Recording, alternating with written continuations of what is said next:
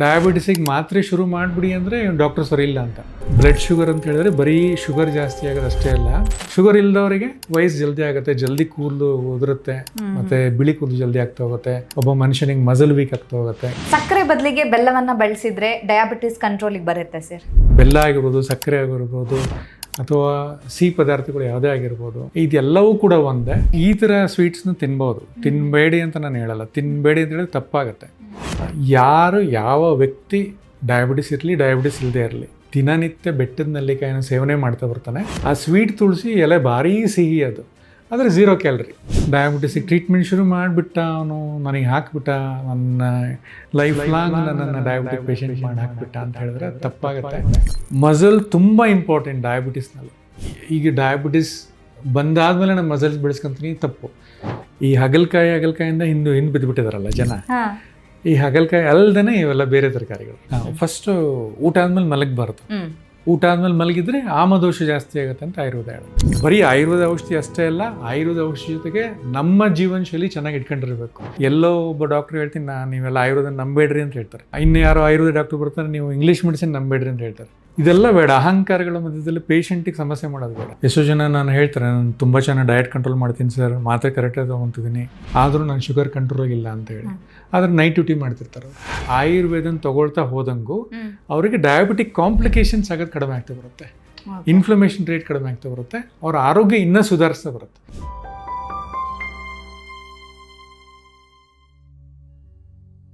ವಿಜಯ ಕರ್ನಾಟಕ ವೀಕ್ಷಕರಿಗೆ ನಮಸ್ತೆ, ನಾನು ರಕ್ಷಾ ಕೋಟ್ಯಾನ್. ಸಾವಿರಾರು ವರ್ಷಗಳ ಇತಿಹಾಸವನ್ನು ಹೊಂದಿರುವಂಥ ಆಯುರ್ವೇದ ನಾವು ಇವತ್ತು ಅನುಭವಿಸ್ತಾ ಇರುವಂಥ ಅದೆಷ್ಟು ಆರೋಗ್ಯ ಸಮಸ್ಯೆಗಳಿಗೆ ಅವತ್ತೇ ಪರಿಹಾರವನ್ನು ಕಂಡುಕೊಟ್ಟಿತ್ತು. ಆದರೆ ನಾವಿವತ್ತು ಒಂದಿಷ್ಟು ವಿಚಾರಗಳಲ್ಲಿ, ಅದರಲ್ಲೂ ಆರೋಗ್ಯ ಸಮಸ್ಯೆ ಅಂತ ಬಂದಾಗ ಅದನ್ನು ಹೇಗೆ ಪರಿಹರಿಸಬೇಕು ಅನ್ನುವಂಥ ಕನ್ಫ್ಯೂಷನಲ್ಲಿ ಇರ್ತೀವಿ. ಅದರಲ್ಲಿ ಒಂದು ಅಂತ ಹೇಳಿದರೆ ಡಯಾಬಿಟಿಸ್, ಅಥವಾ ನಾವು ಸಕ್ಕರೆ ಕಾಯಿಲೆ ಅಂತ ಏನು ಕರಿತೀವಿ. ಸೊ ಈ ಸಕ್ಕರೆ ಕಾಯಿಲೆಯನ್ನು ಯಾವ ರೀತಿ ನಿಯಂತ್ರಿಸಬೇಕು, ಇದಕ್ಕೆ ನಮ್ಮ ಆರೋಗ್ಯ ಅಥವಾ ನಮ್ಮ ಜೀವನ ಶೈಲಿ ಹೇಗಿರಬೇಕು, ಇದನ್ನು ಬರೀ ತಡೆಗಟ್ಟೋದು ಮಾತ್ರ ಅಲ್ಲ, ಅಥವಾ ಅದನ್ನು ಮೂಲದಿಂದಲೇ ಕಿತ್ತು ಹಾಕೋದಕ್ಕೆ ಸಾಧ್ಯ ಆಗುತ್ತಾ? ಈಗ ಡಯಾಬಿಟಿಸ್ ಬಗ್ಗೆ ಇರುವಂತಹ ತಪ್ಪು ಕಲ್ಪನೆಗಳು ಏನು, ನಮ್ಮ ಜೀವನ ಶೈಲಿಯಿಂದ ಅದನ್ನು ಹೇಗೆ ನಿವಾರಿಸಬೇಕು, ಈ ಎಲ್ಲ ವಿಚಾರದ ಬಗ್ಗೆ ಹೆಚ್ಚಿನ ಮಾಹಿತಿನ ತಿಳಿಸ್ಕೊಡೋದಕ್ಕೆ ಇವತ್ತು ನಮ್ಮ ಜೊತೆ ಇದ್ದಾರೆ doctor Raviraj Jain, senior ayurvedic physician, doctor Jain's health centre, Shivamogga, Jayanagar. Doctor, ಕಾರ್ಯಕ್ರಮಕ್ಕೆ ಸ್ವಾಗತ. ನಮಸ್ತೆ ಸರ್, ಹೇಗಿದ್ದೀರಾ ಸರ್? ನಾನು ಆರಾಮಾಗಿದ್ದೀನಿ. S S S. ಆಯುರ್ವೇದದಲ್ಲಿ 3 ಉಲ್ಲೇಖ ಆಗಿದೆ, ಒಂದು ಅರಶಿನ, ಒಂದು ಬೆಟ್ಟದ ನೆಲ್ಲಿಕಾಯಿ, ಇನ್ನೊಂದು ಮೆಂತ್ಯೆ ಅಂತ. ಮೆಂತ್ಯೆ ಬಗ್ಗೆ ಹೇಳಿದ್ರಿ, ಇನ್ನು ಉಳಿದಂತೆ ಬೆಟ್ಟದ ನೆಲ್ಲಿಕಾಯಿ ಹಾಗೇನೆ ಅರಶಿನ ಹೇಗೆ ಡಯಾಬಿಟಿಸ್ಗೆ ಸಹಾಯ ಆಗುತ್ತೆ ಅಂತ. ಬೆಟ್ಟದ ನೆಲ್ಲಿಕಾಯಿಗೆ ರಸಾಯನ ಅಂತೇಳಿ ಒಂದು ಅಧ್ಯಾಯ ಇದೆ ಆಯುರ್ವೇದದಲ್ಲಿ. ಆಮಲಕ ರಸಾಯನ ಅಂತಲೇ ಅದನ್ನು ಒಂದು ಚಾಪ್ಟರ್ ಇದೆ ಚರಕ ಸಂಹಿತೆಯಲ್ಲಿ. ಯಾರು ಯಾವ ವ್ಯಕ್ತಿ ಡಯಾಬಿಟಿಸ್ ಇರಲಿ ಡಯಾಬಿಟಿಸ್ ಇಲ್ಲದೆ ಇರಲಿ ದಿನನಿತ್ಯ ಬೆಟ್ಟದ ನೆಲ್ಲಿಕಾಯಿನ ಸೇವನೆ ಮಾಡ್ತಾ ಬರ್ತಾನೆ, ಅವನು ಆಯುಸ್ ತುಂಬ ಚೆನ್ನಾಗಿ ಆಗ್ತಾ ಬರುತ್ತೆ, ಅವ್ನ ಡೈಜೆಸ್ಟಿವ್ ಕೆಪಾಸಿಟಿ ತುಂಬ ಚೆನ್ನಾಗಿ ಆಗ್ತಾ ಬರುತ್ತೆ, ದೀರ್ಘಕಾಲೀನ ಕಾಯಿಲೆಗಳು ಬರೋದಿಲ್ಲ ಆಯುರ್ವೇದ ಹೇಳಂತ. ಮಾಡರ್ನ್ ಸೈನ್ಸ್, ಮಾಡರ್ನ್ ನ್ಯೂಟ್ರಿಷನ್ ಏನು ಹೇಳುತ್ತೆ ಅಂತ ಹೇಳಿದ್ರೆ, ಅದರಲ್ಲಿ ಪೊಟೆಂಟ್ ಪಾಲಿಫಿನಾಲ್ಸ್ಗಳಿದಾವೆ, ಆ್ಯಂಟಿ ಆಕ್ಸಿಡೆಂಟ್ಸ್ಗಳಿದಾವೆ, ನಿಮ್ಮ ವೈಟಮಿನ್ ಸಿ ಇರೋದ್ರಿಂದ ಚರ್ಮಕ್ಕೆ ಭಾರಿ ಒಳ್ಳೆಯದು, ಕೂದಲಿಗೆ ಭಾರಿ ಒಳ್ಳೆಯದು, ಜೊತೆಗೆ ಆಮಲಕಿ ಜೊತೆಗೆ ಅರ್ಶಿನ ಮಿಕ್ಸ್ ಮಾಡ್ಕೊಂಡು ತೊಗೊಳೋದ್ರಿಂದ, ಅದಕ್ಕೆ ನಿಶಾಮಲಕಿ ಅಂತ ಕರೆದಿದ್ದಾರೆ ಆಯುರ್ವೇದದಲ್ಲಿ, ಅದು ಕೂಡ ಶ್ರೇಷ್ಠ ಆಯುರ್ವೇದ ಮಧುಮೇಹ ಔಷಧಿಯಾಗಿ ಮಾರ್ಪಾಡಾಗತ್ತೆ. ಅಂದರೆ ಅರ್ಶಿನ ಮತ್ತು ಬೆಟ್ಟದ ನೆಲ್ಲಿಕಾಯಿನ, ಅಂದರೆ ಸಣ್ಣ ಸಣ್ಣಕ್ಕೆ ಬೆಟ್ಟದ ನೆಲ್ಲಿಕಾಯಿನ ಹಚ್ಚಿಬಿಟ್ಟು ಅದ್ರ ಮೇಲೆ ಅರ್ಶಿನ ಉದುರಿಸ್ಬಿಟ್ಟು ಅವಾಗವಾಗ ತೊಗೊತಾ ಇದ್ದಾರೆ, ದಿನದಲ್ಲಿ 2 ರಿಂದ 3 ಸಲ. ಪಿ ಸಿ ಓಡಿನವರು, ಡಯಾಬಿಟಿಕ್ಸ್ನವರು, ತೂಕ ಜಾಸ್ತಿ ಇರೋರು ತಗೊಳ್ತಾ ಇದ್ದರೆ ಇನ್ಸುಲಿನ್ ಸೆನ್ಸಿಟಿವಿಟಿ ಇಂಪ್ರೂವ್ಮೆಂಟ್ ಮಾಡ್ತಾ ಬರುತ್ತೆ, ಜೊತೆಗೆ ಇನ್ಸುಲಿನ್ ರೆಸಿಸ್ಟೆನ್ಸ್ ಕಡಿಮೆ ಮಾಡ್ತಾ ಬರುತ್ತೆ. ಆದ್ದರಿಂದ ಅದಕ್ಕೆ ಆದಂಥ ಒಂದು ಶ್ರೇಷ್ಠ ಸ್ಥಾನ ಇದೆ. ಸಕ್ಕರೆ ಬದಲಿಗೆ ಬೆಲ್ಲವನ್ನು ಬಳಸಿದ್ರೆ ಡಯಾಬಿಟಿಸ್ ಕಂಟ್ರೋಲಿಗೆ ಬರುತ್ತೆ ಸರ್? ಖಂಡಿತ ಇಲ್ಲ. ನಾನು ಮುಂಚೆನೇ ಹೇಳಿದೆ, ಆಯುರ್ವೇದದಲ್ಲಿ ಗುಡ ವೈಕೃತ ಅಂತ ಕರೀತಾರೆ. ಅಂದರೆ ಸಕ್ಕರೆಯ ಬೇರೆ ಬೇರೆ ಹೆಸರುಗಳು. ಸೊ ಬೆಲ್ಲ ಆಗಿರ್ಬೋದು, ಸಕ್ಕರೆ ಆಗಿರ್ಬೋದು, ಅಥವಾ ಸಿಹಿ ಪದಾರ್ಥಗಳು ಯಾವುದೇ ಆಗಿರ್ಬೋದು, ಇದೆಲ್ಲವೂ ಕೂಡ ಒಂದೇ. ಜೇನುತುಪ್ಪ ಆಗಿರ್ಬೋದು, ಈವನ್ ಜೇನುತುಪ್ಪದ ಕೂಡ ವರ್ಣನೆ ಎಲ್ಲೂ ಮಾಡಿಲ್ಲ ಆಯುರ್ವೇದದಲ್ಲಿ. ಜೇನುತುಪ್ಪ ತಿನ್ಬೋದು ಡಯಾಬಿಟಿಕ್ಸ್ನವರು ಅಂತೇಳಿ, ತಿನ್ನಬಾರ್ದು. ಸೊ ಅದರಿಂದ ಸರ್ ನಾನು ಟೀಗೆ ಕಾಫಿಗೆ ಸಕ್ಕರೆ ಹಾಕೋದಿಲ್ಲ, ಯಾವಾಗಲೂ ಬೆಲ್ಲದ ಟೀ ಕುಡಿಯೋದು ನಾನು ಅಂತ ಹೇಳ್ತಾರೆ ಸುಮಾರು ಜನ. ಬೆಲ್ಲದ ಕಾಫಿ ಕುಡಿತೀನಿ, ಸರ್ ನಾನು ಆ ಥರ ಮುಟ್ಟೋದಿಲ್ಲ, ಆದ್ರೂ ಶುಗರ್ ಜಾಸ್ತಿ ಇದೆ. ಯಾಕಂದರೆ ನೀವು ತಪ್ಪು ಮಾಡ್ತಿದ್ರಲ್ಲ, ನೀವು ಸಕ್ಕರೆ ಬದಲು ಬೆಲ್ಲ ಹಾಕ್ತೀರಿ, ಎರಡೂ ಒಂದೇ, ಎರಡಕ್ಕೂ ಚೆನ್ನಾಗಿರೋ ಗ್ಲೈಸಮಿಕ್ ಇಂಡೆಕ್ಸ್ ಜಲ್ದಿ ಸೇರ್ಕೊಳತ್ತೆ. ಏನಪ್ಪ ಬೆಲ್ಲದಲ್ಲಿ ಒಂಚೂರು ಫೈಬರ್ ಅಂಶ ಒಂಚೂರು ಇರೋದ್ರಿಂದ ಸಕ್ಕರೆ ಪಟ್ಟಂತ ಒಂದು 15 ನಿಮಿಷದಲ್ಲಿ ಏರಿದ್ರೆ ಇದು ಒಂದು 17-18 ನಿಮಿಷದಲ್ಲಿ ಇರ್ಬೋದು. ಆದರೆ ಎರಡೂ ಒಂದೇ, ವ್ಯತ್ಯಾಸ ಅಷ್ಟೇ. ಆಮೇಲೆ ಮೊನ್ನೆ ಕೇಳ್ತಾ ಇದ್ರು, ಸರ್ ಒಣ ದ್ರಾಕ್ಷಿ ಕೊಡ್ತೀವಿ ನಮ್ಮ ಮನೆಯವರಿಗೆ ಶುಗರ್ ಇದೆ, ತುಂಬ ಚೆನ್ನಾಗಿ ಆಗ್ತದೆ ಅವ್ರಿಗೆ ಅಂತ ಹೇಳಿದ್ರು. ಒಣ ದ್ರಾಕ್ಷಿ ಕೂಡ ಅದರಿಂದ ಕೂಡ ಸಕ್ಕರೆ ಅಂಶ ಜಾಸ್ತಿ ಆಗುತ್ತೆ. ಆಯುರ್ವೇದದಲ್ಲೆಲ್ಲೂ ಒಣ ದ್ರಾಕ್ಷಿ ಬಗ್ಗೆ ಕೂಡ ವರ್ಣನೆ ಮಾಡಿಲ್ಲ. ಜೇನುತುಪ್ಪನೂ ಸೇವನೆ ಮಾಡಬಾರ್ದು, ಬೆಲ್ಲನೂ ಸೇವನೆ ಮಾಡಬಾರ್ದು, ಸಕ್ಕರೆ ಅಂತೂ ಬೇಡವೇ ಬೇಡ ಅಂತ. ಯಾಕಂದ್ರೆ ಕೆಲವ್ರು ಹೇಳ್ತಾರೆ, ಅಂದ್ರೆ ಆಯುರ್ವೇದದಲ್ಲಿ ಈ ತರ ಏನಾದ್ರು ಇದೆಯಾ ಸರ್, ಅಂದ್ರೆ ಬೆಲ್ಲ ಮತ್ತು ಹಾಲನ್ನ ಮಿಕ್ಸ್ ಮಾಡ್ಕೊಂಡು ತಿಂದ್ರೆ ಏನಾದ್ರು ಎಫೆಕ್ಟ್ ಆಗುತ್ತೆ ಅಂತ? ಯಾಕಂದ್ರೆ ಈಗ ಬೆಲ್ಲದ್ದು ಟೀ ಕಾಫಿ ಕುಡಿದಾಗ ಅಲ್ಲಿ ಬೆಲ್ಲ ಅದರ ಜೊತೆಗೆ ಹಾಲು ಎರಡು ಮಿಕ್ಸ್ ಆಗುತ್ತೆ, ಅದು ಎರಡು ಕಾಂಬಿನೇಷನ್ ಏನಾದ್ರು ಎಫೆಕ್ಟ್ ಆಗುತ್ತಾ ಹೇಗೆ ಅಂತ? ಯಾವಾಗ ಮಧುಮೇಹ ಉಲ್ಲೇಖ ಮಾಡಿದ್ರು, ಯಾವಾಗ ಅದ್ರದ್ದು ಕಾಸಿಟಿವ್ ಫ್ಯಾಕ್ಟರ್ ಅಥವಾ ಇಡಿಯಾಲಜಿಕಲ್ ಫ್ಯಾಕ್ಟ್ ಹೇಳಿದ್ರು, ಅದರಲ್ಲಿ ಒಂದು ಪಯಾಂಸಿ ಅಂತ ಒಂದು ವರ್ಡ್ ಇದೆ, ಸಂಸ್ಕೃತ ಶ್ಲೋಕ. ಆ ಪಯಾಂಸಿನ ವರ್ಡಲ್ಲಿ ಹಾಲಿನ ಉತ್ಪನ್ನಗಳು ಅದ್ರ ಜೊತೆಗೆ ಮತ್ತು ಈ ಬೆಲ್ಲ ಅದನ್ನು ಮಿಕ್ಸ್ ಮಾಡಿದಾಗ ಅದು ಕೂಡ ಡಯಾಬಿಟಿಸ್ ಪೇಷಂಟ್ಸ್ಗಳಲ್ಲಿ ಸಮಸ್ಯೆ ಮಾಡುತ್ತೆ, ಶುಗರ್ ಲೆವೆಲ್ನ ಜಾಸ್ತಿ ಮಾಡುತ್ತೆ, ಇದೆಲ್ಲ ಇರೋವಂಥದ್ದು. ಆದ್ದರಿಂದ ಇದು ಹಾಲು ಮತ್ತು ಬೆಲ್ಲ ಕೂಡ ನಿಜವಾಗ್ಲೂ ಖಂಡಿತವಾಗ್ಲೂ ತಗೊಳಕ್ಕೆ ಹೋಗಬಾರ್ದು. ಇದರಿಂದ ಕೂಡ ಡಯಾಬಿಟಿಸ್ ಜಾಸ್ತಿ ಆಗ್ತದೆ. ಓಕೆ, ಡಯಾಬಿಟೀಸ್ ಇರೋರು ಯಾವೆಲ್ಲ ಹಣ್ಣು ತರಕಾರಿಗಳನ್ನು ಸೇವನೆ ಮಾಡಬೇಕಾಗುತ್ತೆ, ಇದ್ರ ಬಗ್ಗೆ ತಿಳಿಸ್ಕೊಡಿ ಸರ್. ಸಾಕಷ್ಟು ಹಣ್ಣುಗಳು ಆಲ್ಮೋಸ್ಟ್ ಎಲ್ಲರಿಗೂ ಗೊತ್ತಿರೋವಂಥದ್ದು. ಅದ್ರಲ್ಲಿ ನಾನು 2 ಹಣ್ಣು ಬಗ್ಗೆ ಮಾತ್ರ ನಾನು ಹೇಳಲಿಕ್ಕೆ ಇಷ್ಟಪಡ್ತೀನಿ. ಒಂದು ಪೇರ್ಲೆಕಾಯಿ, ತುಂಬ ಹಣ್ಣು ಬೇಡ, ತುಂಬ ಕಾಯಿ ಬೇಡ, ಮಧ್ಯದಲ್ಲಿರೋವಂಥದ್ದು. ಅದರಲ್ಲಿ ಸಾಲಿಟರಿ ಫೈಬರ್ಗಳು ತುಂಬ ಚೆನ್ನಾಗಿರೋದ್ರಿಂದ ಪೇರ್ಲೆಕಾಯಲ್ಲಿ ಮತ್ತೆ ಅದು ಹೊಟ್ಟೆಗೆ ಸೇರ್ಕೊತಿದ್ದಂಗೆ ಅದೇನು ಮಾಡುತ್ತೆ, ಫುಡ್ ಸೆಟಿಟಿನ ಇಂಪ್ರೂವ್ಮೆಂಟ್ ಮಾಡ್ತಾ ಬರುತ್ತೆ, ಜೊತೆಗೆ ಹಸಿವು ಆಗದೇ ಇರೋಂಗೆ ನೋಡ್ಕೊಳುತ್ತೆ.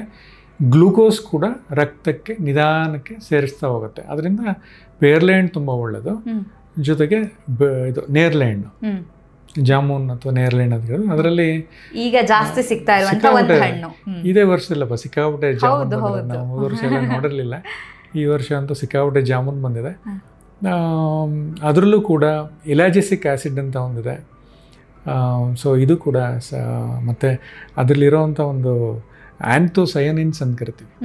ಈ ನೇರಳೆ ಹಣ್ಣು ಈ ಯಾವ್ಯಾವ ಕಲರ್ ಮಾಡ್ಕೊಳತ್ತಲ್ಲ, ಕಲರ್ ಬಿಟ್ಕೊಳತ್ತಲ್ಲ ಮೇಡಮ್, ಅದು ಹಣ್ಣಾಗಿರ್ಬೋದು, ಹೂವಾಗಿರ್ಬೋದು. ಈಗ ಹಣ್ಣಿನಲ್ಲಿ ನೇರಳೆ ಹಣ್ಣು, ಹೂವಿನಲ್ಲಿ ದಾಸವಾಳ ಆಗಿರ್ಬೋದು, ಆ್ಯಂಥೋಸಯನಿನ್ಸ್ ಅಂತ ಕರಿತೀವಿ.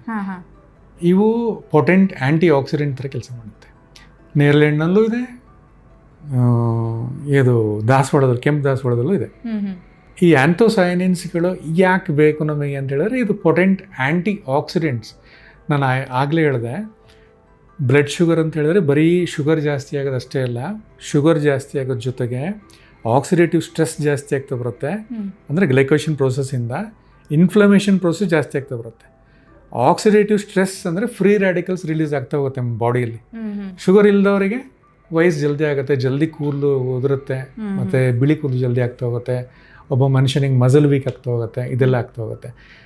ಡಯಾಬಿಟಿಸ್ನವರಿಗೆ ಆಕ್ಸಿಡೇಟಿವ್ ಸ್ಟ್ರೆಸ್ಗಳಿಂದ ಏನಾಗುತ್ತೆ, ಜಲ್ದಿ ಕಣ್ಣಿನ ಡ್ಯಾಮೇಜು, ಅಂಗಾಲಿನ ಡ್ಯಾಮೇಜ್ಗಳು ಮತ್ತು ಬೇರೆ ಬೇರೆ ಅಂಗಾಂಗ ಸಮಸ್ಯೆಗಳು ಬರ್ತಾ ಹೋಗುತ್ತೆ. ಅದರಿಂದ ಆಕ್ಸಿಡೇಟಿವ್ ಸ್ಟ್ರೆಸ್ನ ನೀವು ಕಡಿಮೆ ಮಾಡಬೇಕು ಅಂತ ಹೇಳಿದ್ರೆ ಈ ಬೆಟ್ಟದ ನೆಲ್ಲಿಕಾಯಿ ತುಂಬ ಒಳ್ಳೆಯದು.